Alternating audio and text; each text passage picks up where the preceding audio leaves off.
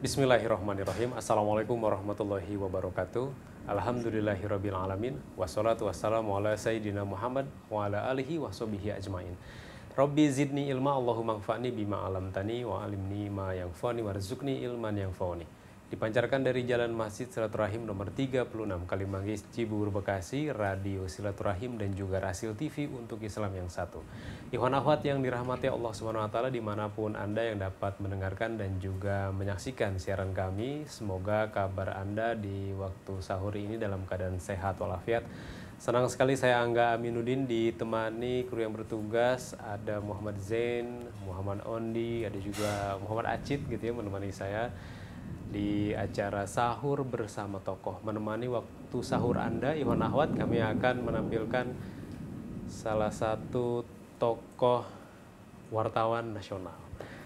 Kalau misalkan Anda masih aktif atau sering gitu ya membaca tulisan-tulisan ataupun menonton beberapa acara-acara olahraga, ataupun Anda pernah mendengar nama Mahfudin Nigara, itu jadi tamu kita di kesempatan kali ini.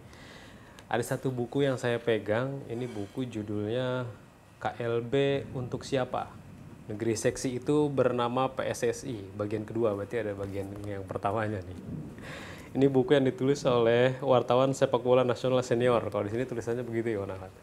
Tadi yang saya sebutkan yaitu Mahfudin Nigara, dan sekarang kami sedang berada di kediaman beliau. Assalamualaikum warahmatullahi wabarakatuh. Waalaikumsalam warahmatullahi wabarakatuh. Baik. Apa kabar, Bung? Alhamdulillah. Panggilannya Bung kan kalau di sini. Saya agak beda soalnya. Biasanya kalau di Rasil tuh siarannya, apa kabar Ustadz? Apa kabar Pak? Apa kabar Ahi? Sekarang apa kabar Bung? Baik, Bung Nigara sehat ya? Alhamdulillah sehat. Jadi menjadi wartawan itu sudah berapa tahun?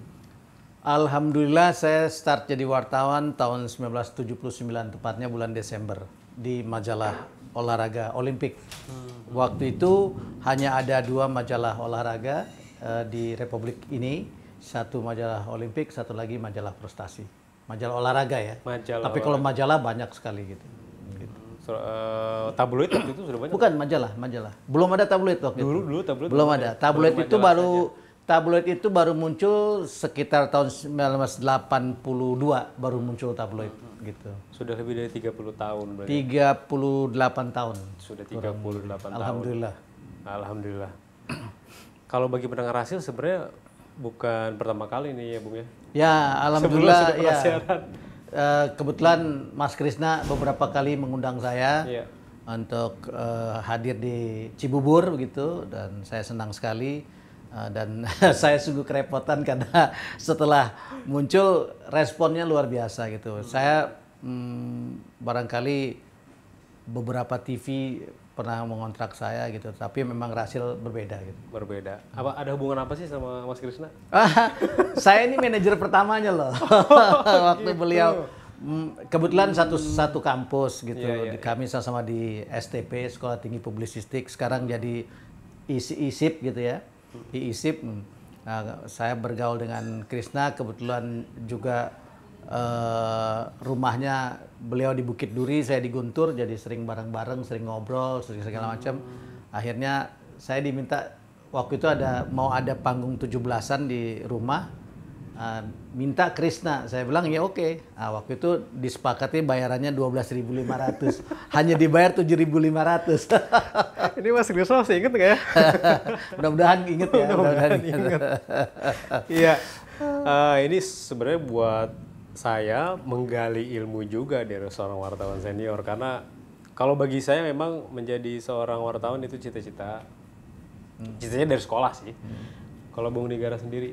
Ya, saya kebetulan punya 5 cita-cita gitu. Waktu kecil tuh ya? Waktu kecil. Wartawan itu posisi keempat. Jadi yang pertama saya ingin sekali jadi pelaut karena nenek saya pelaut, kakak saya pelaut, kakek saya pelaut gitu loh. Saya pingin banget, cuma nggak bisa berenang. Kakek nenek pelaut memang dari mana asli?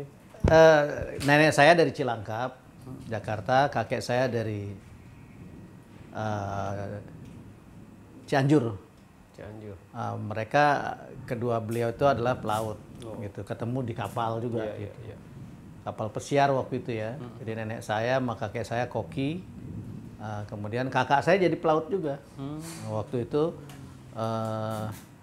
pernah 1 tahun jadi sailor, habis itu turun. Nah, saya pingin sekali saya jadi pelaut gitu, tetapi kemudian pertama nggak bisa berenang, kedua nggak lolos waktu tesnya.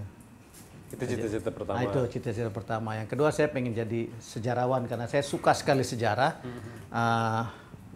Banyak sekali, pokoknya kalau urusan sejarah itu saya selalu menyempatkan diri, dapat dari mana aja saya pasti baca gitu. Jadi alhamdulillah agak paham lah sejarah gitu.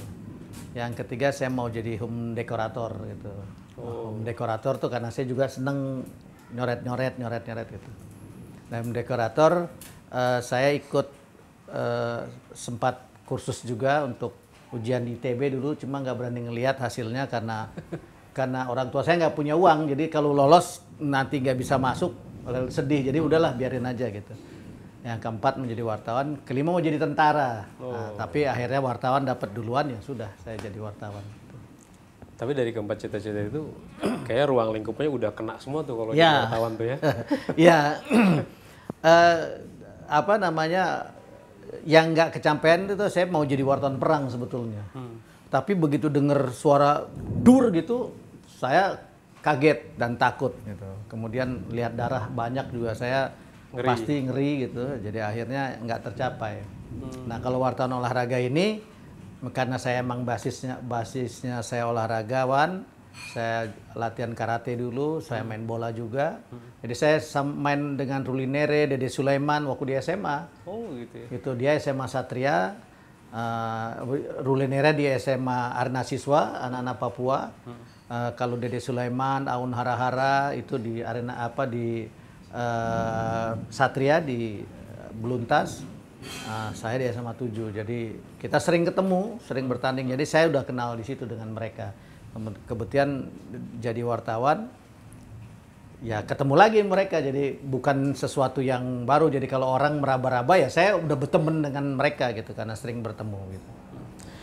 Iwan Ahmad, kalau dari biografi singkat yang tertera di buku yang beliau tulis, lahir di Jakarta ya? Ya, di Jakarta. Jakarta ya? Ya, alhamdulillah. Berarti sewaktu kecil itu apa yang bisa diceritakan sama Bung Nigara? Barangkali yang paling menarik gini, khususnya buat anak-anak yang kebetulan di masa kecilnya kurang beruntung karena keadaan ekonomi orang tua, jangan pernah menyerah. Saya pernah dagang es loh, es plastik itu. Iya. Sekarang nggak ada es plastik itu, jadi es yang diisi air, diisi kemudian kita jual. Nah, saya keliling juga. Gitu. Kenapa? Karena memang orang tua saya bukan orang miskin, tetapi ya segitu aja gitu loh. Artinya buat sekolah ada, tetapi buat lebih-lebihnya nggak ada. Nah, jadi saya bertekad bahwa hidup itu nggak boleh menyerah. Jadi harus termotivasi, kita melihat ke depan, ya, melihat orang-orang sukses untuk kita bisa ikut sukses. Tetapi jangan kita ngelihat orang sukses itu kemudian kita ikuti gaya hidupnya, itu yang berat. Itu yang orang kadang-kadang yang akhirnya melangkah yang enggak gitu. Nah, saya melihat itu, kemudian saya mencoba untuk menapak itu, dan alhamdulillah Allah kasih jalan seperti ini gitu. Dan istri saya juga wartawan gitu, wartawan Femina, satu kampus juga. Nah, jadi Cinlok katanya gitu ya. Oh, Cinlok. Cinta lokasi. Istri orang mana, Bung? Istri saya ayahnya orang Aceh, ibunya orang Jogja. Ketemu Tapi di Jakarta, ya istri saya Cut Irda Triani lebih ke Aceh daripada ke Jawa begitu. Baik, Ikhwan Ahwat, sahur bersama tokoh kita bersama Bung Mahfudin Nigara. Kalau dari olahraga favoritnya apa sebenarnya? Pasti sepak bola ya. Pasti sepak bola. Saya juga menjadi wartawan sepak bola sangat lama sebetulnya, khususnya nasional gitu ya. Dan alhamdulillah sejak menjadi wartawan olahraga, saya 2 kali sepak bola maksud saya, 2 kali Piala Dunia. Bung, saya pengen tanya, sebenarnya kecintaan Bung Nigara terhadap sepak bola khusus gitu ya. Kalau olahraga kan secara umum. Ya. Itu seperti apa sih? Saya ya sangat mendalam ya, karena memang hobi dari kecil main bola begitu. Kemudian mendalami dan mengikuti semua kiprah pemain bola nasional ya. Tentu saja sampai tahun 96, setelah 96 ke sini generasinya udah baru. Kemudian saya juga posisinya tidak lagi di lapangan, lebih banyak mengambil kebijakan, sehingga saya tidak meliput secara langsung, tetapi artinya tidak wawancara langsung gitu, lebih mengamati. Jadi lebih sejak 96 saya lebih menjadi pengamat dibanding menjadi jurnalis yang di lapangan, karena situasi kondisi sudah berubah. Nah, sejak 94 itu saya juga dikontrak oleh TV untuk jadi komentator tinju selepas Mike Tyson kembali aktif tahun 95. Setelah Mike Tyson bertemu dengan Peter McNally, saya kebetulan meliput di Las Vegas waktu itu. Nah, pertarungan berikutnya saya dikontrak oleh salah satu TV, lama juga 3 tahun. Kemudian pindah lagi ke TV yang sebelahnya, juga lama, 3 tahunan juga gitu. Tetapi sebelumnya saya dikontrak juga menjadi komentator sepak bola sebelumnya di Liga Indonesia gitu. Sehingga memang dua-dua cabang olahraga ini nggak bisa saya pisahkan dalam hidup saya sampai hari ini. Gitu. Kalau dari kecil berarti mainnya sepak bola aja setiap hari? Ya, karena kami keluarga gitu, juga pesilat gitu. Ayah saya juga pesilat. Jadi kami juga wajib belajar silat. Saya juga kemudian ikut karate waktu itu Inkai sampai dan 1 alhamdulillah. Kemudian juga belajar tinju juga, karena memang di kampung saya tuh kampung olahraga sih sebenarnya. Kampung olahraga, tapi kan sepertinya di keluarga juga hobi olahraga semua. Ya. Jadi ada suasananya gitu. Ya, memang saya 4 bersaudara laki-laki semua. Kakak saya nomor 1 tuh yang nggak main bola, tapi nomor 2, nomor 3 dan saya semua main bola gitu loh. Nah, kakak saya nomor 1 mendalami silat dan karate sempat, sehingga berbeda. Tetapi olahraga, semua keluarga saya berolahraga. Gitu. Bahkan tahun 1977 ketika saya nganggur gitu, kuliah enggak, apalagi kerja, ya kerjanya ya olahraga.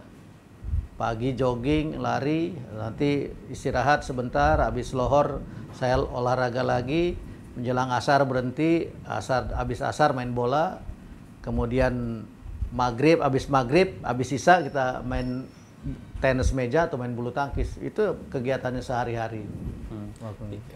Jadi alhamdulillah saya meskipun di masa saya juga dulu istilahnya belum narkoba ya. Tetapi ya begitu, mabuk daerah saya itu emang daerah brong lah gitu ya. Tapi saya alhamdulillah karena saya olahraga, saya tidak merokok, saya tidak minum, sehingga alhamdulillah saya selamat. Karena waktunya dihabiskan untuk berolahraga. Betul.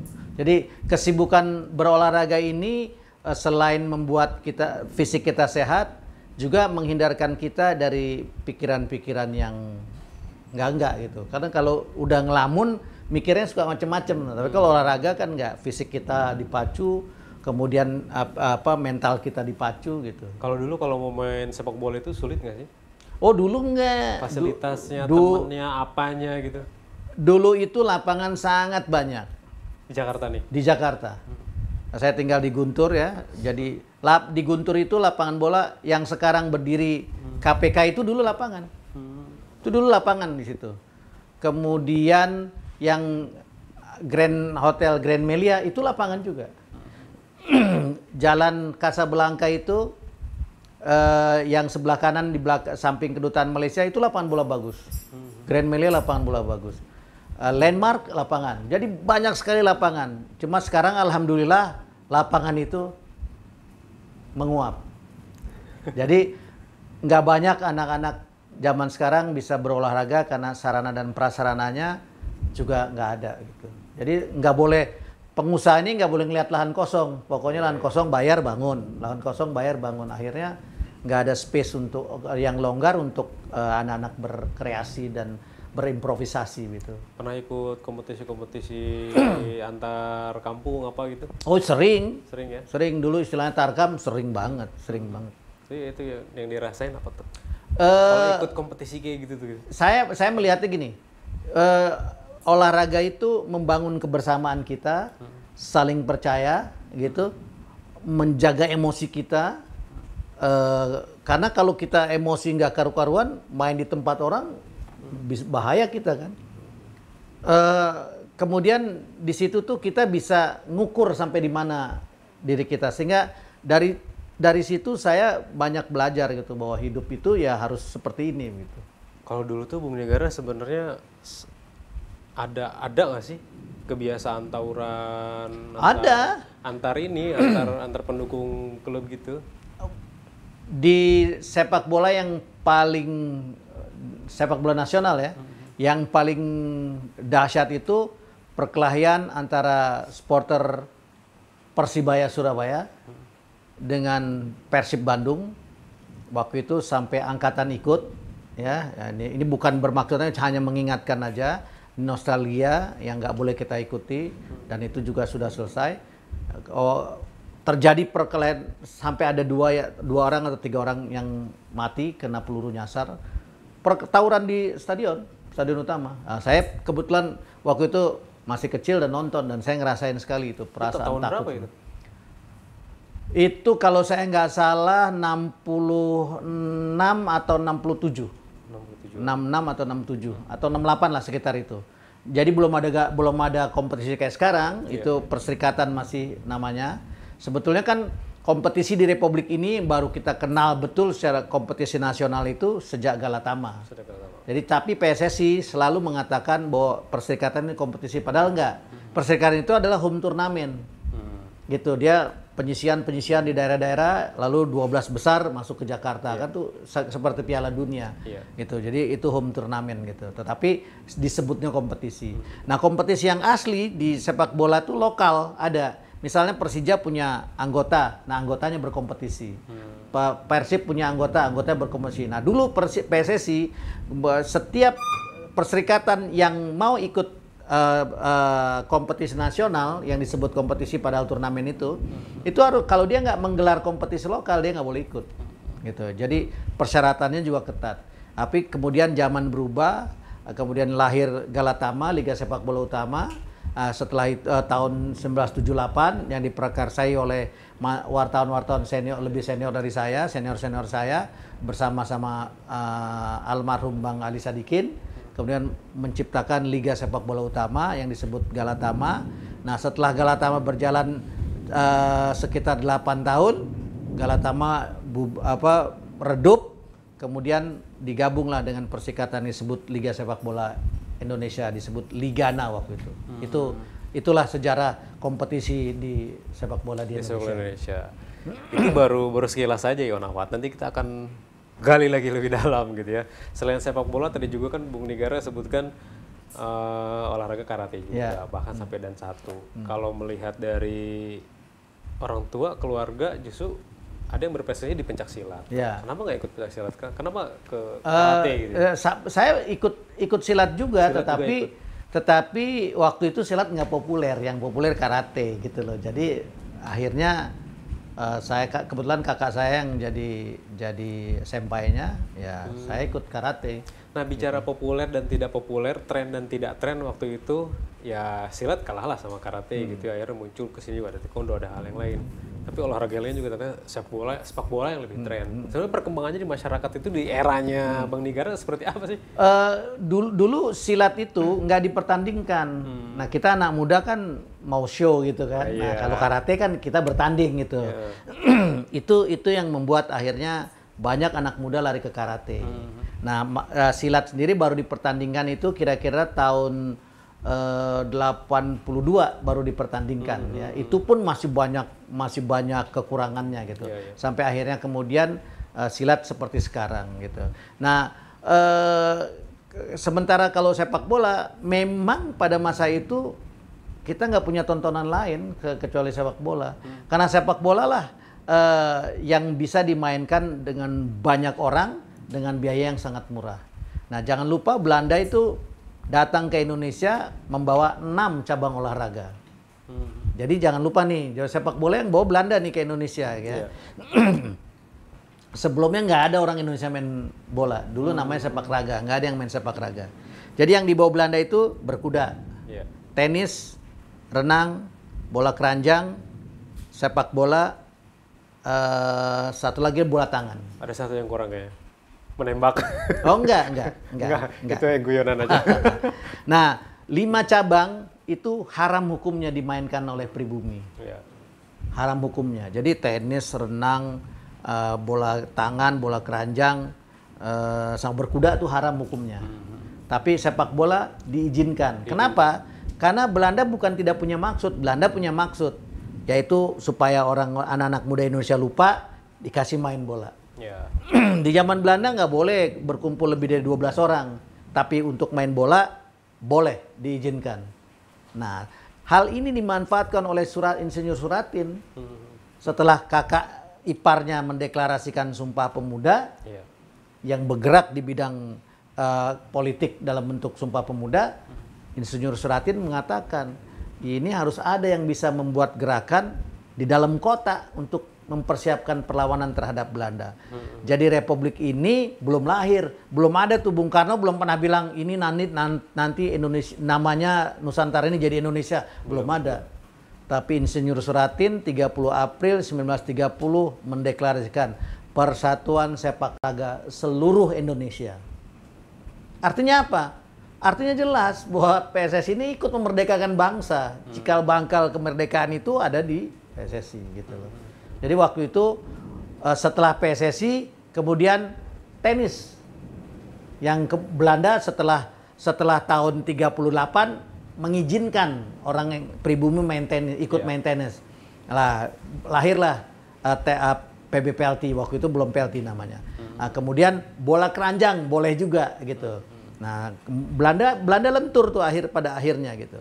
Bola keranjang tuh seperti basket gitu ya? Bola tangan? Ya, mirip basket tetapi lapangannya rumput, bukan floor gitu ya, bukan ubin, bukan kayu, bukan parket gitu, tapi floor tanah biasa gitu. Nah, kemudian muncul ISI, Ikatan Sport Indonesia. Nah, tokoh-tokoh ini, tokoh tenis, tokoh sepak bola, bola keranjang berkumpul jadi satu. Ini harus ada yang koordinir namanya, lalu mereka bersepakat membentuk ISI, Ikatan Sport Indonesia. Nah, ISI ini yang kemudian cikal bakal menjadi KONI. Bayangkan, negara juga belum ada nih, 1938 lahir Ikatan Sport Indonesia. Artinya apa? Artinya olahraga ikut memerdekakan bangsa. Olahraga ikut memerdekakan bangsa dan juga ternyata olahraga sudah bisa menjadi pemersatu juga. Ya. Kalau itu sudah bisa membuat sebuah ikatan gitu ya, lembaga gitu, berarti kan udah ada satu visi misi yang bisa menyatukan bangsa. Saya mau melanjutkan Bung Angga nih. Jadi udah ini fakta sejarah nih yang nggak ada orang yang bisa menangkis ini. Ini bukan katanya, bukan opini, tapi fakta sejarah seperti itu. Nah, repotnya dari Bung Karno, Pak Harto, Gus Dur, Habibie, Gus Dur, Megawati, SBY, dan Pak Jokowi sama-sama masih menganaktirikan olahraga. Sekarang. Apa buktinya? Dari dulu sampai sekarang nggak ada tuh budget olahraga yang baik dan benar. Bayangkan Kemenpora ini terakhir yang saya tahu saat Menpora dipimpin oleh Mas Roy Suryo, dia dapat pagu anggarannya setahun 1,8 triliun. 1,8 triliun itu untuk pramuka berapa, untuk kepemudaan berapa, kemudian untuk gaji, operational cost kementerian berapa. Akhirnya olahraga cuma dapat 200 miliar. Bayangkan dengan negara yang sedemikian luas, dengan cabang olahraga yang sedemikian banyak, anggarannya cuma segitu. Kebayang dong apa yang terjadi. Kebayang pasti apa yang terjadi. Kita bandingkan dengan Malaysia. Malaysia itu 1 tahun 3,5 triliun anggaran untuk olahraga. Kayak bumi sama langit kan? Jauh. Jauh sekali. Singapura lebih dahsyat lagi, 5 triliun. Berapa penduduk Singapura? Berapa kecil atletnya? Vietnam aja nih sekarang, Vietnam yang merdeka baru tahun 70-an. Vietnam ini sekarang anggarannya udah di atas 2 triliun olahraga. Lah kita alhamdulillah 200 miliar. Itu pun sekarang nggak turun-turun uangnya. Itu pun turun-turun. Terus mau bagaimana lagi gitu loh. Baik. Nah, jadi padahal CSR dari BUMN itu yang saya dengar ya, saya belum tentu benar ini, harus di cross check. Setahun itu CSR-nya sampai angka 1,5 triliun. Bayangkan kalau 1 triliunnya dikirim, nggak usah deh 1 triliun 500 miliarnya dikirim deh ke olahraga. Insya Allah olahraga bisa jauh lebih baik seperti sekarang. Begitu. Baik. Kalau melihat sejarahnya, apa karena memang ya rakyat Indonesia nggak ada akar olahraganya itu tidak ada gitu, tidak bisa dibangun, karena Indonesia itu banyak orang berpendapat ya akar Indonesia adalah seperti budaya tari, budaya ya apa kekayaan-kekayaan yang lain, sementara olahraganya tidak ada. Apakah itu jadi faktor? Saya kira kalau kita mengacu kepada statement Bung Karno aja, membangun olahraga, membangun bangsa. Bung Karno yang bilang itu. Tahun 62 ketika membuka Asian Games keempat di Jakarta, Bung Karno mengatakan membangun olahraga, membangun bangsa. Nggak ada kaitannya dengan soal budaya tari, budaya, nggak ada. Olahraga itu nggak ada masalah dia nggak punya akar awalnya. Tetapi sejak tahun 30, olahraga itu di Indonesia berkembang. Ada. PSSI sendiri pernah diundang oleh FIFA tahun 1938. Waktu itu Piala Dunia tuh masih diundang, belum ada kualifikasi, belum ada. Sama dengan kita Olimpiade 1956 di Melbourne itu juga kita diundang oleh Australia. Jadi jangan GR juga kita lolos gitu ya. Dan sistemnya hanya 16 negara, sistem gugur. Kita babak pertama ketemu Vietnam Selatan, dia nggak datang, kita menang WO. Babak kedua kita ketemu Soviet Union.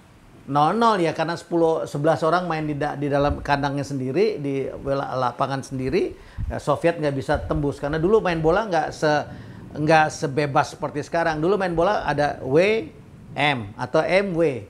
Itu ada sayap kanan, sayap kiri, gelandang kanan. Kalau sekarang kan nggak. 4-4-2. Atau main total football sekaligus yang nggak ada posisinya. Semua bisa main sebagai apapun. Sementara kiper malah jadi libero, pemain terakhir gitu kan.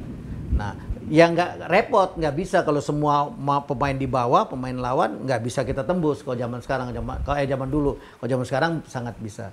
Tapi apapun juga, saya angkat topi untuk para pendahulu, ya pada Ramang, ya pada Om Sailan, Kiatsek, Leong Ho, ya, Endang Witarsa, Hairudin Siregar, ya, pendahulu-pendahulu yang di Melbourne, apapun juga kita bangga gitu ya, bisa menahan Soviet Union yang waktu itu Soviet Union itu merupakan salah satu dari sekian banyak tim dunia, elit dunia gitu. Nah, kembali ke soal akar. Jadi nggak ada kaitannya soal akarnya negara. Bahkan Kennedy aja mengatakan negara yang olahraganya maju, negaranya pasti maju. Jadi kalau negara itu dilihat dari olahraganya, jadi kalau olahraganya maju, pasti negaranya maju. Tapi kalau negaranya maju, olahraganya nggak maju, dianggap oleh Kennedy negaranya nggak maju gitu. Jadi ini kembali lagi, tadi Mas Angga bilang bahwa olahraga mempersatukan. Memang di olahraga tuh nggak ada partai, di olahraga tuh nggak ada ras, di olahraga tuh nggak ada agama, semua sama gitu loh. Nah, hanya ini yang bisa mempersatukan bangsa, tetapi jangan ini ditunggangi gitu untuk kepentingan tersendiri. Saya juga nggak ragu mengatakan jangan pernah takut olahraga ini dipolitisir, bagian dari politik, karena olahraga memang bagian dari politik. Jangan masukkan politik ke olahraga, enggak, salah, keliru tuh. Olahraga ya politik. kita ngatur strategi kan politik tuh. Dari 3 orang nih kita berempat berlima milih pemimpin kan pasti berpolitik. Kenapa jadi nggak boleh berpolitik? Ya nggak boleh dipolitisasi. Nah tadi saya bilang ditunggangi untuk kepentingan tertentu. Nah, itu yang nggak boleh. Nah itu. Baik, kita kembali lagi ke sosok Bung Mahfudin Nigara. Kalau akhir-akhir ini kita lebih lihat Bung Nigara ini lebih aktif sepertinya di olahraga tinju ya. Ya. Beberapa acara dipandu gitu ya, bahkan banyak analisa-analisa tinjunya juga yang kita simak gitu ya.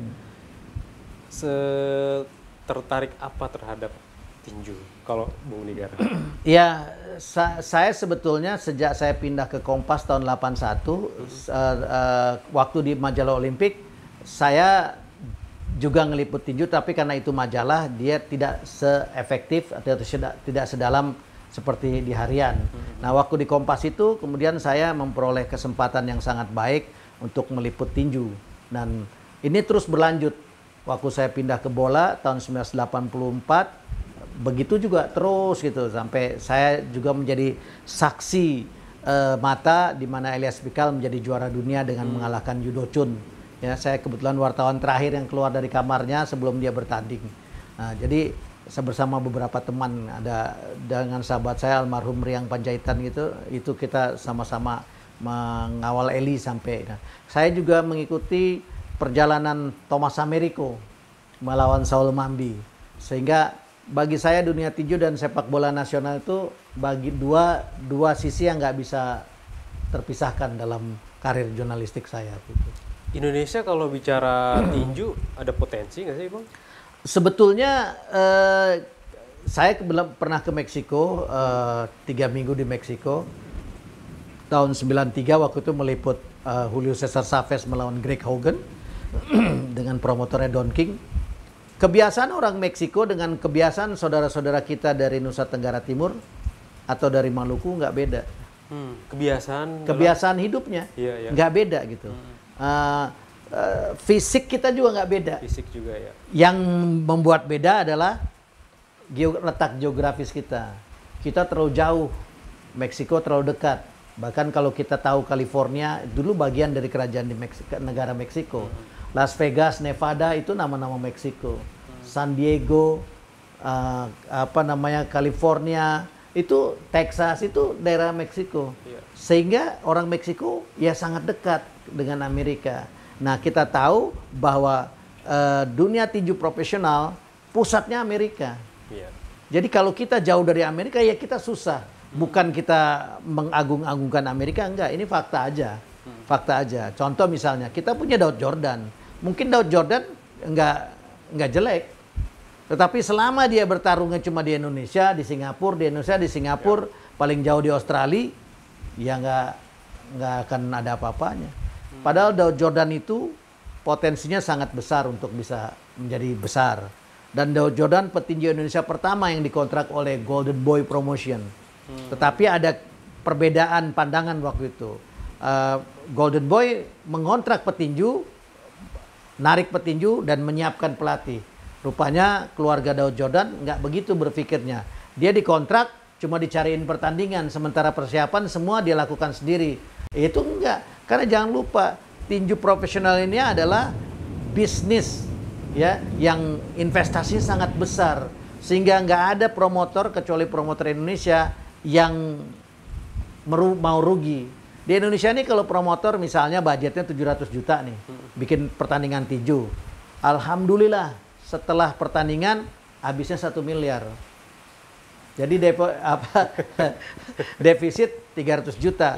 Sementara di Amerika biaya modalnya nih 10 juta dolar, dapatnya 100 juta dolar. Berlipat-lipat untungnya. Berlipat-lipat. Kenapa? Karena memang harus dikemas demikian rupa. Nggak bisa tinju itu cuman adu tonjok-tonjokan aja, nggak bisa. Baik, Bung Nigara. Kita harus jeda dulu gitu ya. Iwan Ahmad tetaplah bersama kami, sahur bersama tokoh, bersama Bung Mahfudin Nigara, wartawan sepak bola nasional senior. Tetaplah bersama kami.